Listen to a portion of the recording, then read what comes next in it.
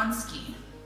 Allan Donsky is a clinical associate professor in the Department of Psychiatry at the University of Calgary and adjunct professor in the Department of Child Studies and Social Work at Mount Royal University.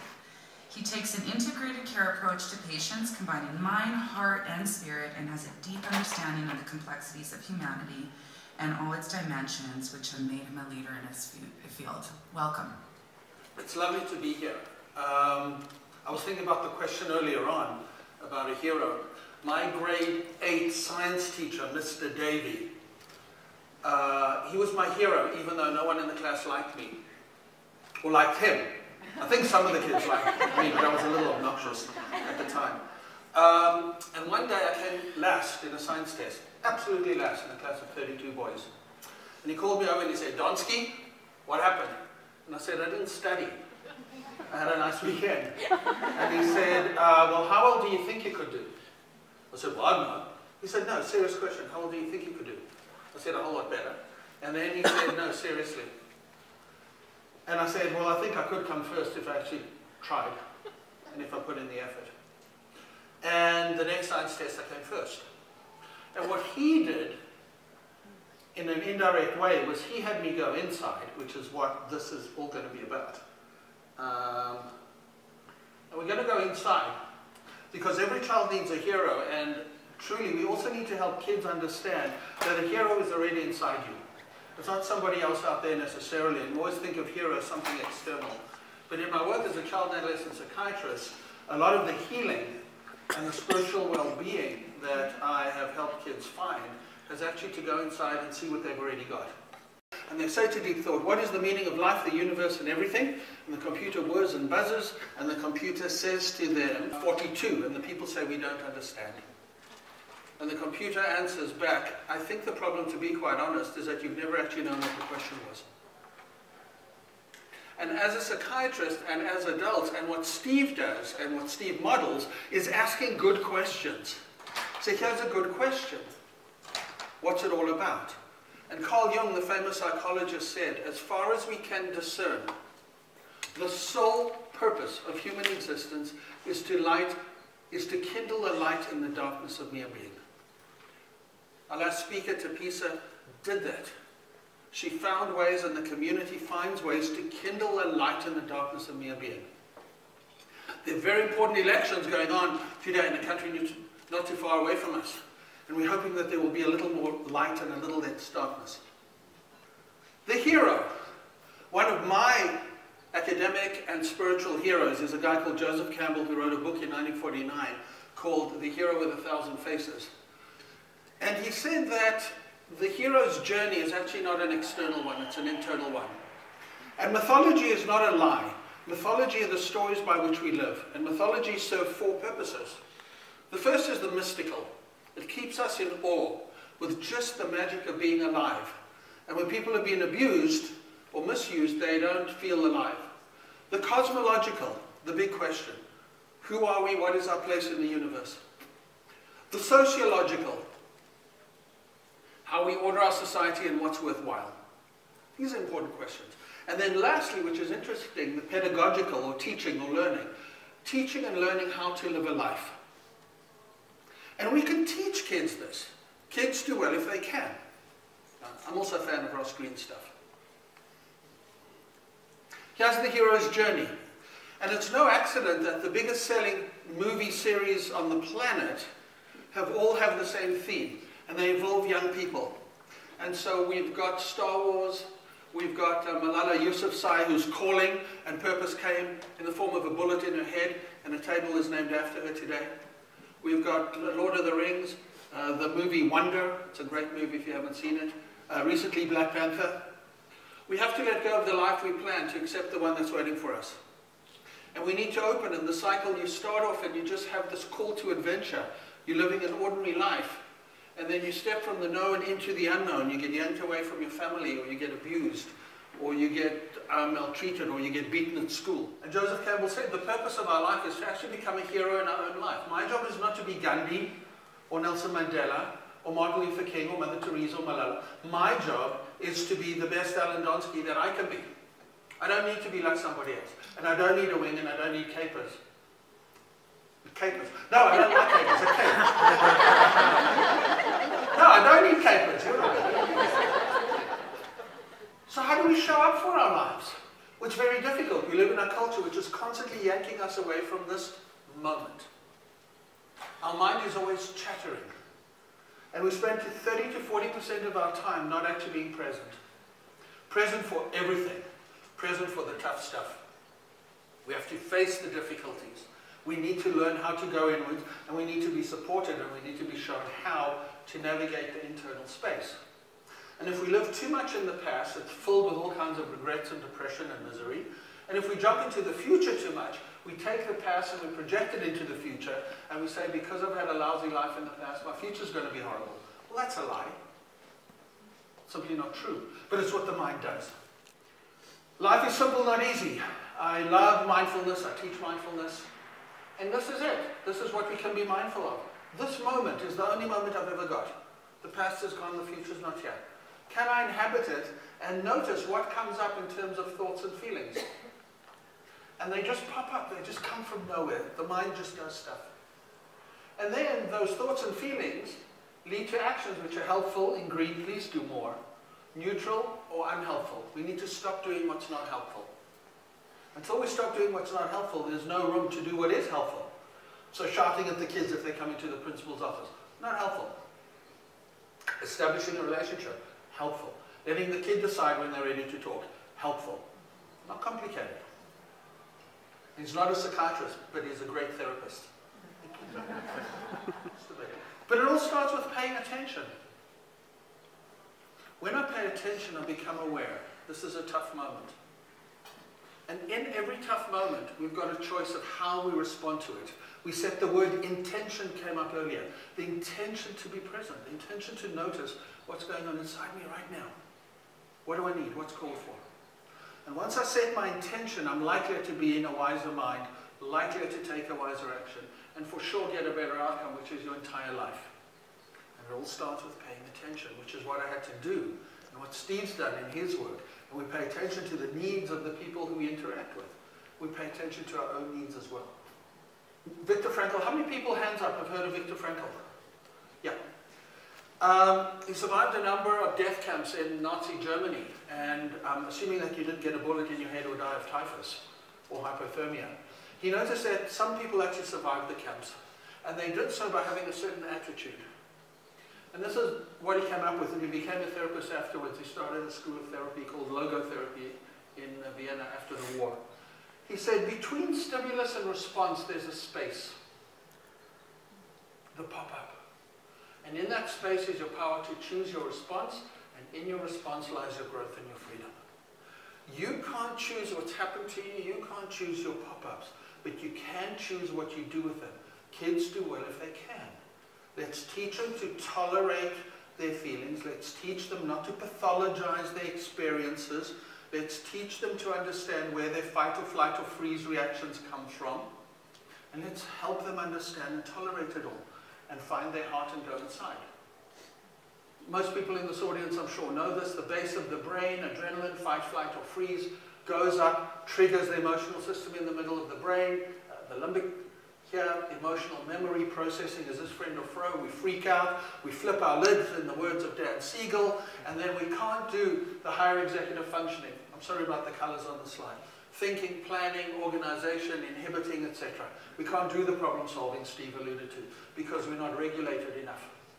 We're not regulated down here. So those are the instruments. Everybody knows about this. When I am working with young people, I talk about these things as well. These four, because this is what makes us human. I talk about the good.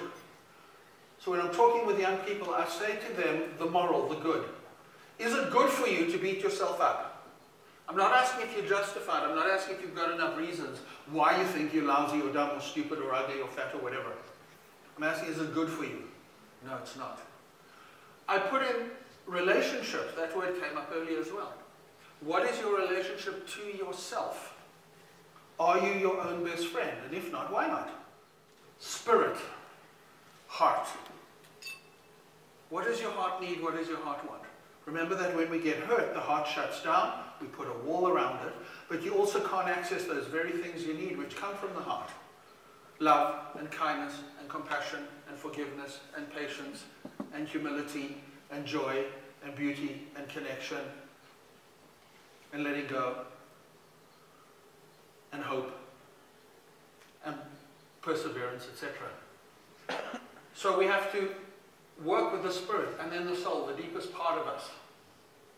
What got you to do this? Why are you here? What's your calling? Why are you put on this earth? And kids think that because stuff's happened to them, they have an external locus of control. We need to help kids go inside and figure out who they are and what they want to do. Because they can't see this. Not because they can't, because they haven't been shown it. So we teach. And I talk a lot about this stuff. Values light our way. Brene Brown, The Daring Way, with Courage, she says, connection is the energy that exists between people when they feel seen, heard, and valued, when they can give and receive without judgment, and when they derive sustenance and strength from the relationship. So can kids give and receive to themselves? Can they connect with their heart energy in ways which are helpful, so that they see themselves, hear themselves, value themselves, give and receive from themselves, sustain themselves, find their inner strength? They're survivors, every one of them. Every one of those kids who shows up and has a nap at gun school is a survivor. They survived another night. They've actually shown up at school. That's almost a miracle in and of itself. But they can't see it yet. Human beings, we're actually verbs. We're actually called human beings. We're not called human doings. And I like these 5 B's. The first is, who and what are you? Not who are you, because that's all about identity and ego and labels and status and power and money. Forget that. But what are you? And there's a lovely saying, we're spiritual beings having a human experience. I like that. We're spiritual beings having a human experience. What are your beliefs about yourself, the world, and the future? Let's ask kids that. No, what do you believe in? What's important? What's valuable? What's needed? Where do I belong? Who's my tribe? Are you an athlete? Are you a chess guy? Are you an artist? Are you a musician? Where do you belong? Find your people. Right? There's a lot of people on the planet. We can all find our place. And I don't have to belong in a tribe that doesn't actually want me. How do I manifest myself? Benevolence. What do I give to the world? What's my contribution? Now we're tapping into spirit and soul. We're helping kids get there. These are very healing conversations. Becoming. ING. The active verb. I'm becoming a person. We don't find ourselves, we create ourselves. Constantly, Joseph Campbell said, we have to let go of the life that we think we have for the one that's actually waiting for us. We need to listen to the callings. And callings are inside, sometimes they're outside. 15 minutes. Oh, plenty time. Thank you. We need to enter the forest. When I went to look, there's a lovely quote about the Knights of the Round Table. It says, each knight must enter the forest at a choice of at a place of his choosing. Each of us has a different journey, but we're on the same journey, and it's called life. When I went to look up a graphic on Knights of the Round Table, I'm glad I found one that had women in it as well as guys. We need to go deep and we need to meet our emotions. Why don't we like going in? Why don't we pathologize our emotions? We think there's something wrong with us because I've got strong feelings. No, there isn't. I'm glad I shiver if I go outside like this now because it tells me I need to get warm. My feelings are a message. We don't need to pathologize this. We don't need to pathologize our humanity. So we're not comfortable feeling comfortable. Well, being uncomfortable never killed anyone. There's something wrong if I have unpleasant emotions. That's a message. I shouldn't be angry. No, you shouldn't act on your anger in inappropriate ways, but anger is a message. Or Brene Brown talks about the 4 self-conscious affects: embarrassment, shame, humiliation, and guilt. And how many of us in this room don't have a bit of that carried from our stuff? We're afraid to work with our dark side wisely. Luke Skywalker had to kill Darth Vader, literally and metaphorically. He had to kill the father to become who he was going to become. No, I'm not going over to the dark side. There's the ultimate test is killing your own father. Wow, that's a tough one. There are people in the audience of a certain generation who remember the Gremlins movie in the late 70s and 80s. I see some young people nodding. This is good. This is good. This little kitty doesn't need to be a lion. Stop comparing. I tell kids, stop comparing yourself to somebody else. Because you know what? They're already taken. You can't be them. Figure out who you are, come back to who you are, and I'll help you navigate the journey. Great movie if you haven't seen it. It's called Inside Out. And what I love about this movie, it's about a 10-year-old girl called Riley who's got all kinds of emotions, her internal emotional world. The character Joy is like the conductor of the orchestra here, but Joy is not trying to kill the other characters. Joy recognizes they exist. But Joy is there to navigate if they take over and become too controlling. Disgust, anger, or fear, or sadness. So Joy is there to conduct. Joy is not denying their existence. She's not pathologizing them. She's there as a guide. It's a very nice movie. The wasteland, our spiritual and heart and mental health wasteland exists because of what I wasn't given or didn't get enough of. Okay. What I didn't give myself along the way because I wasn't taught how to. What's missing now? What I haven't done yet, and what will I regret if I don't do it? That's the wasteland. T.S. Eliot, he wrote a beautiful poem, a tough poem, called The Wasteland. Well, okay, we know how you got here. But what are you going to do with it? Well, let's turn the wasteland into a garden. If you've got a wasteland, let's turn it into a garden. What I do to the degree possible to make up for the things I missed. How about becoming your own best friend? How about tapping into your own heart and soul and spirit? How about giving yourself now what you didn't get back then? Most people who are on their deathbeds, when they talk about regrets, they don't talk about what they did. Those are mistakes. Regrets are often about things that you wanted to do but never got around to doing it.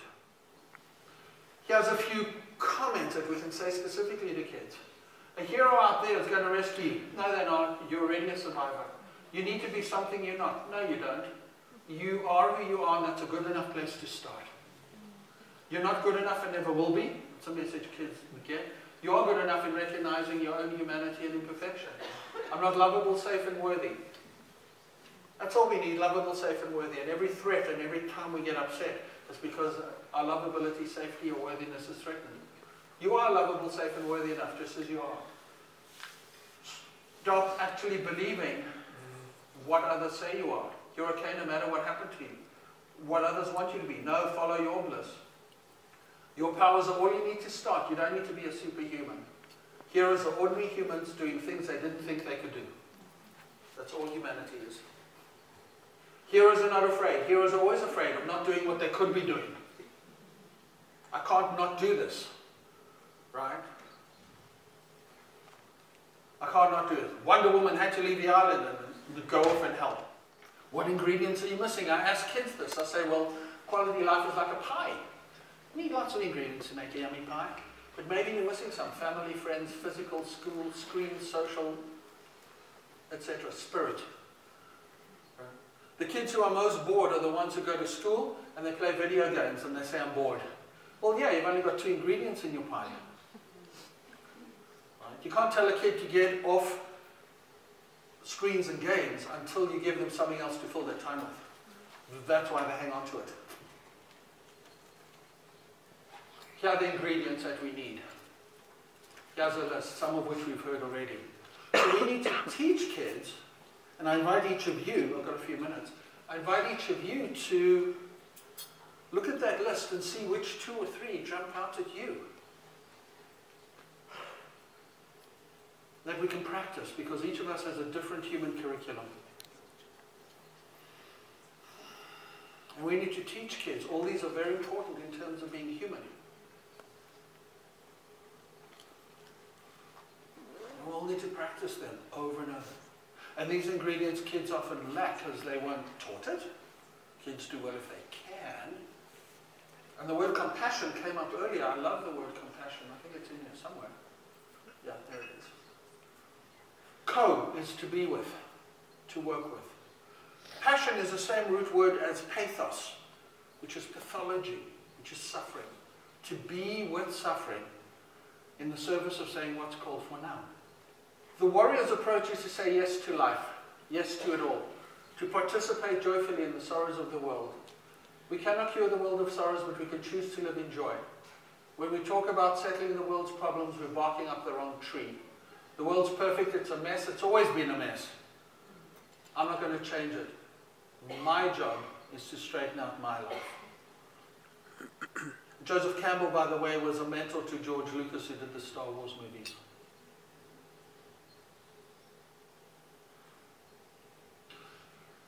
I'll end with a personal story. When I was a teenager, right through my teen years, I had a terrible stutter. I used to beat myself up regularly because I was very disfluent. I used to block on lots of hard consonants, T's and B's and K's. I could almost not say them. I couldn't even say my last name without stuttering. Right? I tried to be a stutterer and have the name Donsky. It's a true gift. And I was really angry and I was annoyed. And my dad had said that he'd been a stutterer when he was a kid and he grew out of it in his 30s or so. So I went to medical school and I had the stutter. And I could have let the stutter affect me. I could have let it shut me down because I knew a few other boys, typically, who it did shut them down. And they became recluses because they didn't want to go out there and face the humiliation, shame and guilt and stuff. So I went for speech therapy. And I saw Louise, and at about the 5th session, Louise said to me, here's a book, Alan, I want you to read it. And it was called The Happy Stutterer. And I looked at her and I said, you're freaking kidding me. You got to be joking. And she said, no, I think you're ready to read this. It was by a guy called von Riper, who himself had been a stutterer, and he ended up in the field. And what that did for me very powerfully was it showed me the power of choice. I can either be an unhappy stutterer, or I can be a happy stutterer. And I decided that I wasn't going to let the stutter get in my way of doing what I want to do. So I ended up as a shrink, a psychiatrist, where I end up my whole day is spent talking. And I've been told I'm actually quite an energized and interesting speaker. And the message is I had to go inwards for that. There was no hero out there that was going to help me. And this is damn hard work. And it's a choice to either go inwards and find out who you are, and yes, I did have unearned privilege. Having a white skin in South Africa from a middle-class Jewish family, I had unearned privilege, yes. And was I given a set of brains that I could go to medical school? Yes. Did I end up in a lovely country, Canada? Yes. Having said all that, I still had to go inwards and sort out that whole stutter story. So, and those of you who've seen the movie The Sixth Sense, right? And there's a scene in the movie about stuttering Stanley. My middle name's Stanley. So I always chuckle about that. I've got 2 minutes left. I'm happy to take any questions or comments or feedback of any kind. Yes, please. What do you mean by pathologizing our feelings? What do I mean by pathologizing our feelings? Because feelings are uncomfortable, we don't like them. And if I don't like something, built right into it is there something wrong with it. Ugh, right? I don't like olives, right? And I don't like capers either. So it's because I don't like something, there's something wrong with it. There's something inherently different or dangerous. So because we don't like fight or flight or freeze, we don't like anger or shame or humiliation or guilt, we don't embrace it. We automatically pull back. I don't want to deal with it. But if you don't deal with it and see where it comes from, right? If Indigenous folk didn't understand the intergenerational effects of the trauma, they think they're crazy. They think there's something wrong with me because I'm reactive or that I become addicted. So we need to lean into that uncomfortable stuff and work with it and not pathologize it anymore. Right. Have I got 1 minute or no? No, I'm done.